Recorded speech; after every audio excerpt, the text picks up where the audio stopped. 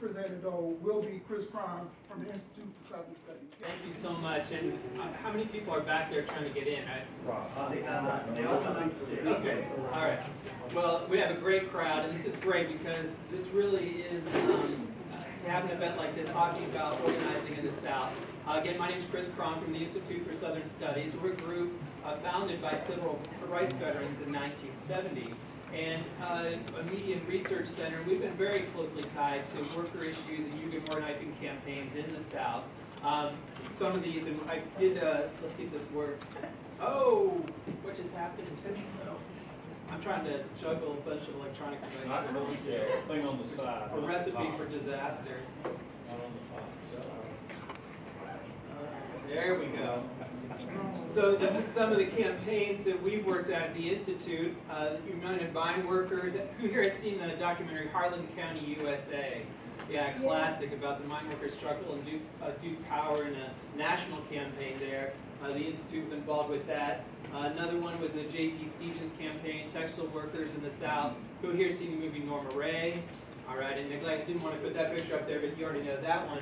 And then down here are some other ones more contemporary with the Charleston Five, the dock workers in Charleston, South Carolina, that were persecuted for their standing up for the Longshoremen's Union in South Carolina. We're also very involved with the Farm Labor Organizing Committee's previous campaign working in Mount Olive Pickle Company. Yeah. But one kind of central theme to all of these, you may remember, and if those of you know some of these campaigns, was about how they drew in the community. And really, one of the central themes was about how they reached out to the community, reaching out to the public, and trying to build support, broad public support, for unions as a social movement in the South, not just oriented around the workplace or a particular job site, but as a broader social movement for democracy. And that's the context I'm going to talk about. I think we're all probably going to talk about the history, the tour de force, kind of looking through some of the key trends and issues that we see looking at unions and organizing the South today.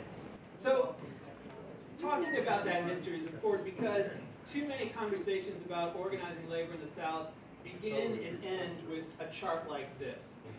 This is the number of people, percent of people who are members of unions, employees who are members of unions in the South. And of course it has a depressing kind of going through and realizing, of course, number one, you see where we stand in North Carolina, of having, this is the least unionized to the most, seeing where North Carolina stands, but also too the concentration of southern states.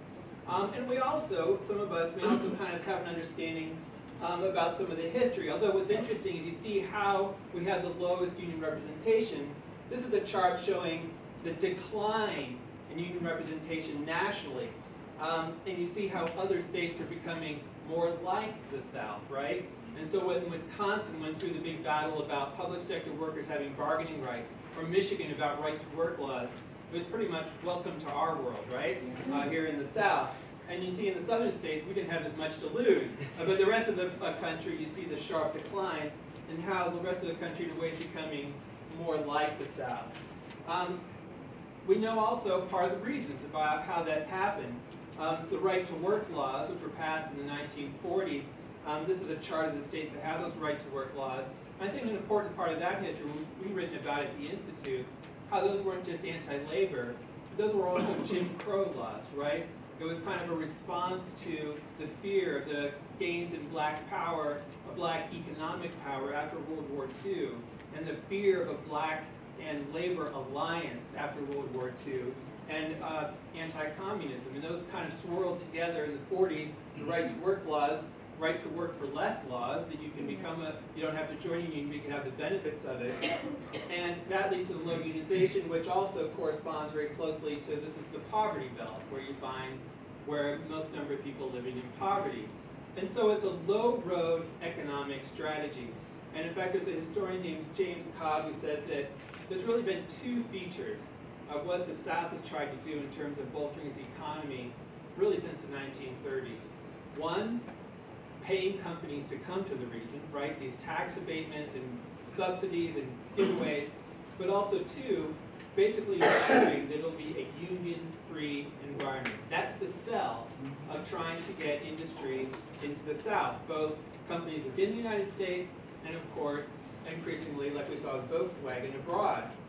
And that really was the story behind a lot of what happened with the UAW Volkswagen campaign in Chattanooga, Tennessee, the vote that just happened on Friday that John was referencing. So you saw, first of all, now here's the vote. Now, what were some of the headlines you saw after the vote? What did they say? Was this a big defeat? Stinging defeat. Stinging defeat, titanic defeat, epic defeat. Well, here was the vote. 712 of the employees voted against the union, 626 voted for it. And what that means is you can't see because it's behind Angaz's head. If 44 workers had changed their mind and voted the other way, what would the headlines be then? Historic victory for labor in the South. Signals a new day for labor in the South, right? But instead, these were the headlines that were treated to about the devastating epic defeat. But I think that really says something. Of course, it was important, not only for the 1,500 employees at that plant, and also symbolically about UAW trying to have a victory at Volkswagen. But I think also it was, you know, there was it's easy to overstate it. And I'm going to get toward that at the end about the need to look long term at these campaigns. But let's think again about that strategy. Paying companies to come here and ensuring they're going to keep unions out. Well, let's look at some of the rhetoric in Tennessee. One of the things the United Auto Workers tried to do with Volkswagen is have a neutrality agreement, right? That VW would not actively and publicly oppose the union, and there were some concessions that the UAW made on the same side. Well, this is one of the state legislators. This is what they thought about that neutrality agreement. That VW not campaigning against the union, for the company not to vociferously oppose that union, would be unbalanced and un-American for a company not to oppose a union in its workplace. So this really was that they would even consider not attacking the union would be considered just completely out of control. They also threatened to take back those tax breaks, $500 million in tax breaks that Tennessee had given Volkswagen to move there. They were saying, well, if you vote in the union, we may take those back, even if the company itself wasn't going to support the union. But then also, there was the last, job blackmail, which everybody who's been involved in a union campaign knows that it happens anywhere. But I think it's especially effective in southern states where you have struggling communities, scarce jobs, that threat of job blackmail. So one of the junior senator from Tennessee, Bob Corker, said, well, he had it on good authority that Volkswagen was going to open an SUV line, but they wouldn't do it if the plant went union. VW said, oh, we never said that, but that was part of the threat. So job blackmail, that if you did have a union, future jobs would materialize. Think of the amount of fear and stress that would create in a community when you're trying to build those community ties that are so important to Southern labor campaigns. And then, of course, you had the national intrusion of groups like Grover Norquist, taxpayers, what was the group? The taxpayers group. They were funding these billboards all around Chattanooga. UAW, United Obama Workers, which of course brings in the partisan aspect, it brings in racism, it was trying to fold in a lot of things in creating fear in the community about what bringing in the union would mean. So this really is important to understand the context of a union campaign like the one at VW. So I want to switch now, with just a couple minutes left, to the kind of political context that I think we should be thinking about when we look at organizing the South. And one of the key things is the South really is the most important political region in the country today. The center of political gravity in the country is shifting to the South, which means it's not an option to not have a Southern strategy, right? The region is too important. It's the fastest growing region in the country, as you can see from this chart about what are the fastest growing states. It's also, so today, that means political power, and so today, 1/3 of the electoral college votes it takes to elect a president come in southern states, right? So it's just not an option not to have that southern strategy. In terms of who's making up that growth, it's newcomers. As we know the story about new immigrants, both migrants from other parts of the country, but also the rise of immigration and how fast that's changing southern communities.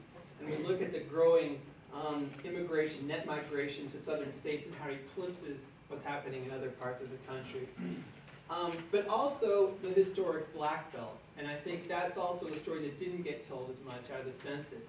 kind of the reversal, the return migration after the big Great Migration that happened at the turn of the century because of Jim Crow terror of 20 million African Americans leaving the South, the reversal of that process so that now half of all African Americans in the country live in the 13 southern states, and how crucial that is to understanding, especially in urban areas in the South, and how crucial that is to organizing campaigns.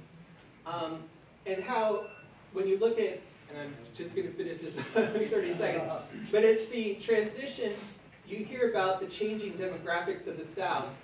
When you have people like Lindsey Graham talking about that where Republicans are a demographic death spiral, I would say that's not only a political reality, but it's also a labor reality. When you look at the demographics of who's most receptive to unions in the South, that's why they have to fight something like the VW campaign so hard, because it's not just about that one plant, it's not just about the growth of the auto industry in the South, it's also about the changing demographics of the South, the growing political strength of people of color communities, and how they're ripe for organizing. And so workers will always be ready to organize in the South. It's whether or not labor has a strategy to address and engage them.